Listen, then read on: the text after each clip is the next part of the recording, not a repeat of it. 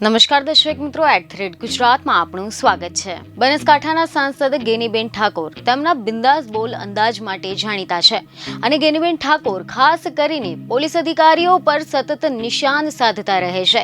ત્યારે ફરી એકવાર સાંસદ ગેનીબેન ઠાકોરે ગુજરાત પોલીસનો ઉઘડો લીધો હતો, જેમાં એવા અહેવાલો મળી રહ્યા છે કે દુધવા ગામમાં એક કાર્યક્રમ દરમિયાન તેમને પોલીસ પર લોકસભાની ચૂંટણી દરમિયાન પોલીસે ભાજપ માટે કામ કર્યું હોય તેવા ગંભીર આરોપ લગાવ્યા હતા। તો આની સાથે જ તેમને પોલીસને ભાજપના એજન્ટ ગણાવ્યા હતા, જેના બાદથી જ પોલીસ બેડામાં ભારે ખળભળાટ મચી ગયો છે।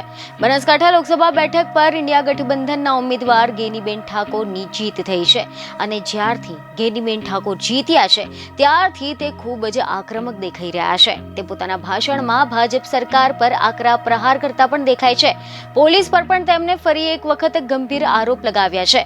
ગેનીબેન ઠાકોરે થરાદના પીએસઆઈ સીપી ચૌધરીને ભાજપના એજન્ટ ગણાવ્યા છે, જેના કારણે પોલીસ બેડામાં ખળભળાટ મચી ગયો છે। ખબરો એવી મળી રહી છે કે ગેનીબેન ઠાકોરે એવું નિવેદન આપ્યું કે લોકસભાની ચૂંટણીમાં સીપી ચૌધરી ગામડે ગામડે ફરીને ભાજપનો એજન્ટ હોય તેમ મિટિંગો કરતો હતો। એ પીઆઈ કે પછી પીએસઆઈ ન કહેવાય, એ ભાજપનો એજન્ટ કહેવાય। અને આવા પોલીસવાળાને રાજકારણ કરવાનો જો શોખ હોય તો પ્રજાના પૈસાનો પગાર ન લેવાય, રાજીનામું આપીને રાજકારણમાં ખુલ્લા મેદાનમાં અવાય, ત્યારે ખબર પડે કે કેટલા 20 એ 100 થાય છે। આવા અધિકારીઓ આપણી મહેરબાનીથી નભતા હોય છે।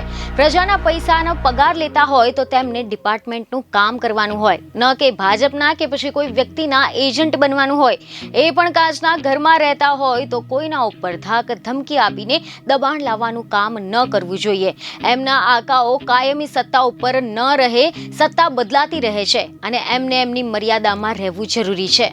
બીજને ખબર સાથે ફરી મળીશું। ધન્યવાદ।